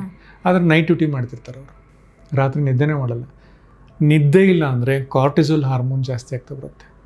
ಬಾಡಿಯಲ್ಲಿ ಕಾರ್ಟಿಸೋಲ್ ಹಾರ್ಮೋನ್ ಜಾಸ್ತಿ ಆಗ್ತದಂಗೂ ಆಯುರ್ವೇದ ಪ್ರಕಾರ ಆಮದೋಷ ಜಾಸ್ತಿ ಉತ್ಪನ್ನ ಆಗ್ತಾ ಬರುತ್ತೆ, ಅಗ್ನಿ ಕಡಿಮೆ ಆಗ್ತಾ ಬರುತ್ತೆ. ಆಟೋಮೆಟಿಕಲಿ ಅಗ್ನಿ ಕಡಿಮೆ ಆಗ್ತಾ ಬರ್ತಿದ್ದಂಗೂ ಧಾತು ಕ್ಷಯ ಆಗ್ತಾ ಬರುತ್ತೆ, ಡಯಾಬಿಟಿಸ್ ಕಾಂಪ್ಲಿಕೇಶನ್ ಜಾಸ್ತಿ ಆಗ್ತಾ ಬರುತ್ತೆ. ಪ್ಲಸ್ ಬ್ಲಡ್ ಶುಗರ್ ಕೂಡ ಕಂಟ್ರೋಲಿಗೆ ಬರ್ತಾ ಹೋಗಲ್ಲ.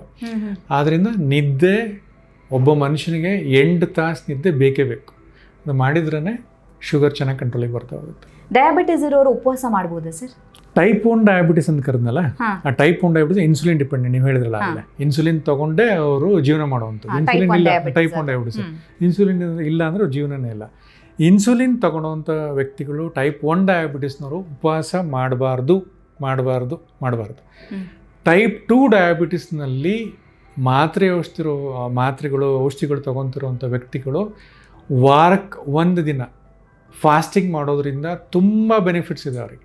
ಅಂದರೆ ಇವತ್ತು ಬೆಳಗ್ಗೆ 8 ಗಂಟೆಯಿಂದ ನಾಳೆ ಬೆಳಗ್ಗೆ 8 ಗಂಟೆವರೆಗೂ 24 ಗಂಟೆ ಖಾಲಿ ಹೊಟ್ಟೆಲಿರೋದ್ರಿಂದ ಅಂಗಾಂಗಗಳಲ್ಲಿ, ಎಸ್ಪೆಷಲಿ ಲಿವರಲ್ಲಿ, ಮಸಲ್ಸಲ್ಲಿ, ಕಣ್ಣಿನ ರೆಟಿನಾದಲ್ಲಿ ಎಲ್ಲ ಕಡೆ ಸ್ಟೋರ್ ಆಗಿರೋವಂಥ ಒಂದು ಸಕ್ಕರೆ ಅಂಶನ ಹೊರಗಡೆ ಹಾಕ್ಲಿಕ್ಕೆ, ಈ ಗ್ಲೂಕೋಗಾನ್ ಹಾರ್ಮೋನ್ ಅಂತ ಕರಿತೀವಲ್ಲ, ಒಂದ್ಸಲ ಹೊಟ್ಟೆಗೆ ಏನೂ ಇಲ್ಲ ಅಂದರೆ ಇನ್ಸುಲಿನ್ ತಂತಾನೆ ಕಡಿಮೆ ಆಗಿಬಿಡುತ್ತೆ ಮೇಡಮ್. ಅವಾಗ ಗ್ಲೂಕೋಗಾನ್ ಅನ್ನೋ ಹಾರ್ಮೋನ್ ಪ್ಯಾಂಕ್ರಿಯಸಿಂದ ಹೊರಗಡೆ ಬಂದು ಲಿವರಿಗೆ ಸ್ಟಿಮ್ಯುಲೇಟ್ ಮಾಡುತ್ತೆ. ಅಲ್ಲಿ ಸ್ಟೋರ್ ಆಗಿರುವಂಥ ಗ್ಲೂಕೋಸ್ನ ಎಲ್ಲ ಹೊರಗಡೆ ತೆಗೆಯುತ್ತೆ ಮೇಡಮ್. ಅದು ಆ ಹೊರಗಡೆ ತೆಗೆದು ಇಡೀ ಶರೀರನ ಆ ಸಕ್ಕರೆ ಅಂಶದಿಂದ ಸ್ವಚ್ಛ ಮಾಡಕ್ಕತ್ತೆ. ಅವಾಗ ಗ್ಲೈಕೇಷನ್ ಪ್ರೊಸೆಸ್ ಕಡಿಮೆ, ಡಯಾಬಿಟಿಕ್ ಕಾಂಪ್ಲಿಕೇಶನ್ಸ್ ಕಡಿಮೆ. ಆದ್ದರಿಂದ ಉಪವಾಸ ತುಂಬ ಒಳ್ಳೆಯದು. ಆದರೆ ಯಾರು ಇನ್ಸುಲಿನ್ ತಗೊಂತಿರ್ತಾರೆ ಅವ್ರುಗಳು ಎಸ್ಪೆಷಲಿ ಅವರ ಒಂದು ಹತ್ತಿರದ ಡಾಕ್ಟ್ರಿಗೆ ಕೇಳಿ ಮಾಡಿ ಸಜೆಷನ್ ತಗೊಂಡು ಆಮೇಲೆ ಮಾಡೋದು ಉತ್ತಮ. ಮತ್ತೆ ಪ್ರಾಬ್ಲಮ್ ಆಗೋದು ಬೇಡ ಅನ್ನೋ. ಶುಗರ್ ಮಾತ್ರ ಅವತ್ತಿನ ದಿವಸ ಕಡಿಮೆ ಮಾಡ್ಬೋದು, ಅದು ಬಿಟ್ಬಿಡೋದು ಏನು ತೊಂದರೆ ಏನಿಲ್ಲ. ಅದು ಟೈಪ್ 2 ಡಯಾಬಿಟಿಸ್ನವರು, ಇನ್ಸುಲಿನ್ ತಗೊಳೋರಲ್ಲ. ಇನ್ಸುಲಿನ್ ತಗೊಳೋರಿಗೆ, ಕಿಡ್ನಿ ಫೇಲ್ಯೂರ್ ಆಗಿರೋರಿಗೆ ಅಥವಾ ಡಯಾಬಿಟಿಕ್ ಕಾಂಪ್ಲಿಕೇಶನ್ ಆಗಲೇ ಆಗಿರೋರಿಗೆ ನಾ ಹೇಳ್ತಿಲ್ಲ. ಇದು ಪ್ರೀ ಡಯಾಬಿಟಿಸ್ಗೆ ಅಥವಾ ಡಯಾಬಿಟಿಸ್ 20-30 ವರ್ಷದಿಂದ ಚೆನ್ನಾಗಿದ್ದಾರೆ ಅಂಥವ್ರುಗಳಿಗೆ ಈ ಉಪವಾಸ ತುಂಬ ಅನುಕೂಲ ಮಾಡುತ್ತೆ. ಓಕೆ, ನಾವು ಹೆಲ್ದಿಯಿಂದ ತಗೊಳ್ಳುವಂಥ ಯಾವೆಲ್ಲ ಫುಡ್ ಡಯಾಬಿಟಿಸ್ ಪೇಷಂಟ್ಗೆ ಸ್ಪೆಷಲಿ ಅದು ಹಾರ್ಮನ್ನು ಉಂಟು ಮಾಡಬಹುದು? ಅಂದರೆ ನಾವು ಹೆಲ್ದಿ ಅಂತ ಅಂದ್ಕೊಂಡಿರ್ತೀವಿ, ಬಟ್ ಆ್ಯಕ್ಚುಲಿ ಅದು ನಮಗೆ ಅನ್ಹೆಲ್ದಿ ಆಗಿರುತ್ತೆ ಅಂತ. ಮೇಡಮ್, ಒಂದು ಗೋಧಿ ದಿನ ಚಪಾತಿ ತಿಂತಿದ್ದಾರೆ ಸಾಕಷ್ಟು ಕಡೆಗಳಲ್ಲಿ. ಇಂಡಿಯಾದಲ್ಲಿ ಬರೀ ಕರ್ನಾಟಕದಲ್ಲೂ ಸಾಕಷ್ಟು ಪ್ರದೇಶಗಳಲ್ಲಿ ಚಪಾತಿ ತಿಂತಾರೆ. ಅದರಲ್ಲಿ ಗೋಧಿ ಮೊದಲೆಲ್ಲ ಸ್ಟೋರಲ್ಲಿ ಸಿಗೋಂಥ, ಸೊಸೈಟಿಯಲ್ಲಿ ಸಿಗೋಂಥ ಗೋಧಿಗಳು ದಪ್ಪ ಗಟ್ಟಿ ಇರ್ತಿತ್ತು.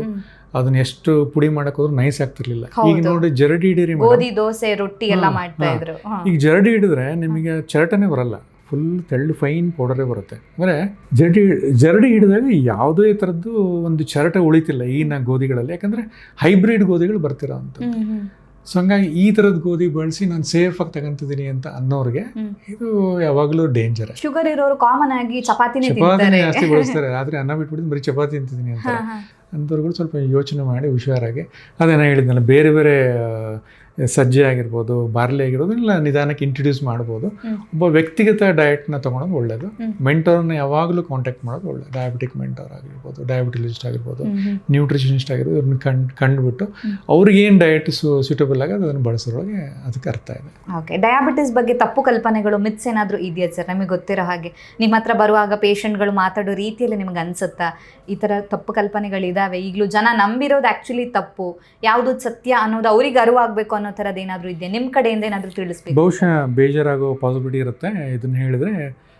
ಯಾಕಂತೇಳಿದ್ರೆ ಡಯಾಬಿಟಿಸಿಗೆ ಮಾತ್ರೆ ಶುರು ಮಾಡಿಬಿಡಿ ಅಂದರೆ ಡಾಕ್ಟರ್ ಸರಿ ಇಲ್ಲ ಅಂತ. ಡಯಾಬಿಟಿಸಿಗೆ ಟ್ರೀಟ್ಮೆಂಟ್ ಶುರು ಮಾಡಿಬಿಟ್ಟ ಅವನು, ನನಗೆ ಹಾಕಿಬಿಟ್ಟ, ನನ್ನ ಲೈಫ್ ಲಾಂಗ್ ನನ್ನನ್ನು ಡಯಾಬಿಟಿಕ್ ಪೇಷಂಟ್ ಮಾಡಿ ಹಾಕಿಬಿಟ್ಟ ಅಂತ ಹೇಳಿದ್ರೆ ತಪ್ಪಾಗುತ್ತೆ. ಡಯಾಬಿಟಿಸ್ ಅನ್ನೋದು ನಿಮ್ಮ ಸಮಸ್ಯೆ, ಅದು ಪರ್ಸನಲ್.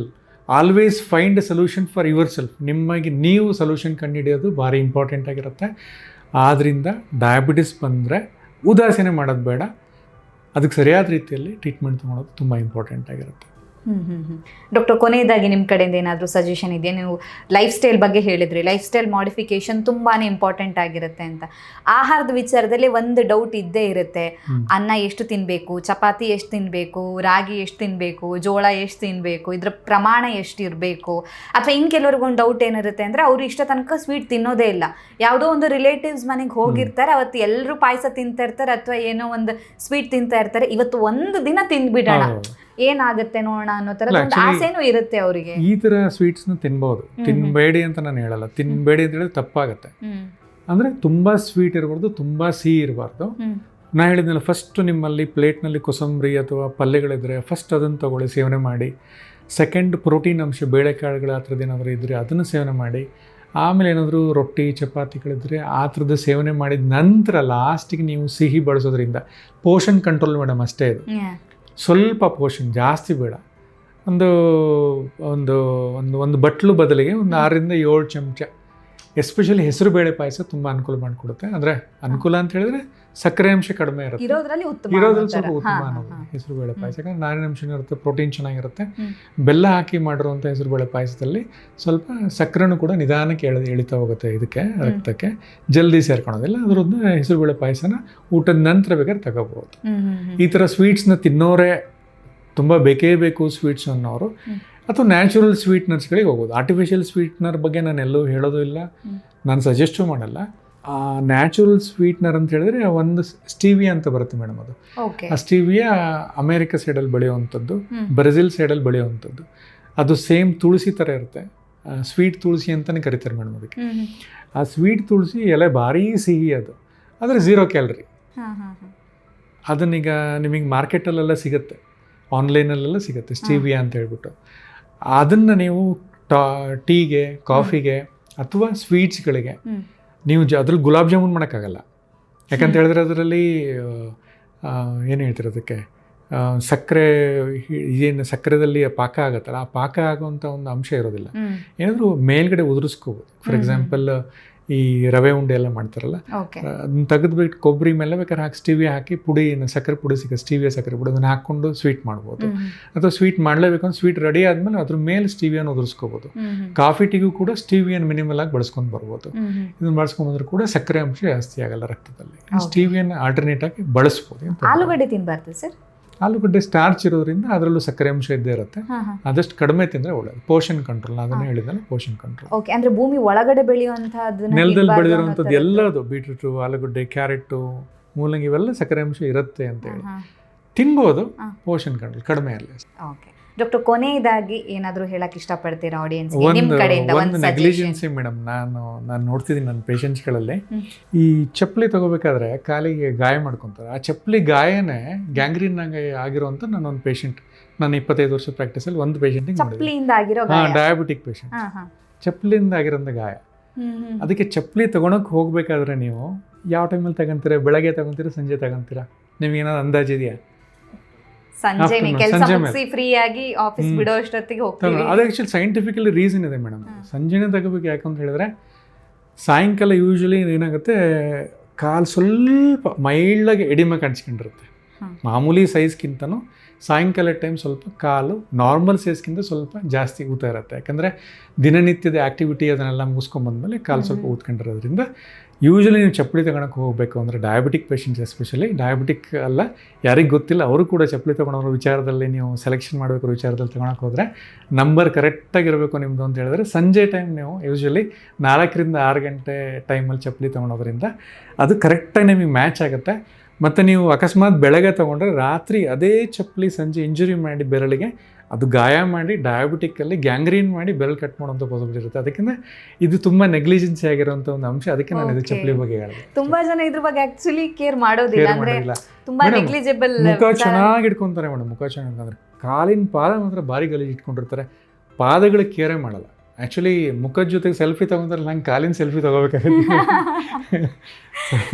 ಕಾಲು ಕ್ಲೀನಾಗಿ ಇಟ್ಕೋಬೇಕು ಮೇಡಮ್. ಪೆಡಿಕ್ಯೂರ್ ಥರ ಎಲ್ಲ ಮೆನಿಕ್ಯೂರ್ ಎಲ್ಲ ಮಾಡ್ತಾರಲ್ವ, ಬೆರಳಿನ ಸಂಧಿ ಚೆನ್ನಾಗಿ ತಿಕ್ಕಬೇಕು, ತೊಳಿಬೇಕು, ಕ್ಲೀನಾಗಿ ಇಟ್ಕೋಬೇಕು, ಅದು ಕ್ರೀಮ್ ಹಚ್ಕೋಬೇಕು, ನೀಟಾಗಿ ಇಟ್ಕೋಬೇಕು ಕಾಲುಗಳನ್ನ. ಪಾದಗಳನ್ನ ಎಷ್ಟು ನೀಟಾಗಿ ಇಟ್ಕೊಂತಾರೆ ಡಯಾಬಿಟಿಸ್ ಪೇಷಂಟ್ಸ್ಗಳು, ಅವಾಗ ಲೈಫ್ ಟೈಮ್ ಕಾಂಪ್ಲಿಕೇಶನ್ ಪಾದಗಳಿಗೆ ಬರೋದಿಲ್ಲ madam. Thank you sir, thank you so much. ನಮ್ಮ ಇವತ್ತಿನ ಕಾರ್ಯಕ್ರಮದಲ್ಲಿ ಡಯಾಬಿಟಿಸನ್ನು ಹೇಗೆ ಕಂಟ್ರೋಲ್ ಮಾಡಬೇಕಾಗತ್ತೆ, ನಾವು ಇವತ್ತು ಮಾತಾಡ್ತಾ ಇರುವಂಥ ಟೈಪ್ 2 ಡಯಾಬಿಟಿಸ್ ಲೈಫ್ ಸ್ಟೈಲಿಂದ ಏನು ಬರುತ್ತೆ ಅದನ್ನು 5000 ವರ್ಷಗಳ ಹಿಂದೆಯೇ ಆಯುರ್ವೇದ ಹೇಗೆ ಹೇಳಿದೆ, ಹೇಗೆ ಡಿಫೈನ್ ಮಾಡಿದೆ, ಯಾವೆಲ್ಲ ಆಹಾರವನ್ನು ಸೇವನೆ ಮಾಡಬೇಕು, ಸೊ ಯಾವೆಲ್ಲ ಕಹಿ ಸತ್ಯಗಳಿದ್ದಾವೆ, ಅದು ಎಲ್ಲವನ್ನ ಕೂಡ ಯಾವುದೇ ಮುಚ್ಚುಮರೆ ಇಲ್ಲದೇ ನಮ್ಮ ಆಡಿಯನ್ಸ್ ಮುಂದೆ ತಿಳಿಸ್ಕೊಟ್ಟಿದ್ದೀರಾ. Thank you sir, thank you so much ನಮ್ಮ ಕಾರ್ಯಕ್ರಮಕ್ಕೆ ಬಂದಿದ್ದಕ್ಕೆ. ಅದು ಶಿವಮೊಗ್ಗದಿಂದ ಬೆಂಗಳೂರು ತನಕ ಬಂದಿದ್ದೀರಾ. ನನ್ನನ್ನು ಗುರುತಿಸ್ಬಿಟ್ಟು ವಿಜಯ ಕರ್ನಾಟಕ ತಮ್ಮ ಎಲ್ಲ ಟೀಮ್ಗಳಿಗೂ ನಾನು ಒಂದು ಕೃತಜ್ಞತೆಯನ್ನು ಹೇಳ್ತೀನಿ. Thank you so much for everyone. Thank you sir, thank you. ನಮ್ಮ ಇವತ್ತಿನ ಕಾರ್ಯಕ್ರಮದಲ್ಲಿ ಡಯಾಬಿಟಿಸ್ನಿಂದ ನಮ್ಮ ಆರೋಗ್ಯದ ಮೇಲೆ ಹೇಗೆ ಅಡ್ಡ ಪರಿಣಾಮ ಬೀರ್ತಾ ಇದೆ, ಹಾಗೆಯೇ ಅದನ್ನು ಹೇಗೆ ಕಂಟ್ರೋಲ್ ಮಾಡಬೇಕಾಗತ್ತೆ, ಆಯುರ್ವೇದ ಡಯಾಬಿಟೀಸ್ ಅಥವಾ ಸಕ್ಕರೆ ಕಾಯಿಲೆಯನ್ನು ಹೇಗೆ ಉಲ್ಲೇಖ ಮಾಡಿದೆ, ನಮ್ಮ ಜೀವನ ಶೈಲಿಯಲ್ಲಿ ಯಾವೆಲ್ಲ ಬದಲಾವಣೆಯನ್ನು ನಾವು ಮಾಡಿಕೊಳ್ಳಲೇಬೇಕು ಅನ್ನೋದ್ರ ಬಗ್ಗೆ ಡಾಕ್ಟರ್ ನಮಗೆ ಇವತ್ತು ತಿಳಿಸ್ಕೊಟ್ಟಿದ್ದಾರೆ. ಆರೋಗ್ಯಕ್ಕೆ ಸಂಬಂಧಿಸಿದಂಥ ಹೆಚ್ಚಿನ ವಿಚಾರಗಳನ್ನು ನಮ್ಮ ವಿಜಯ ಕರ್ನಾಟಕ ಹೆಲ್ತ್ ಪೇಜ್ನಲ್ಲಿ ನೀವು ನೋಡಬಹುದು.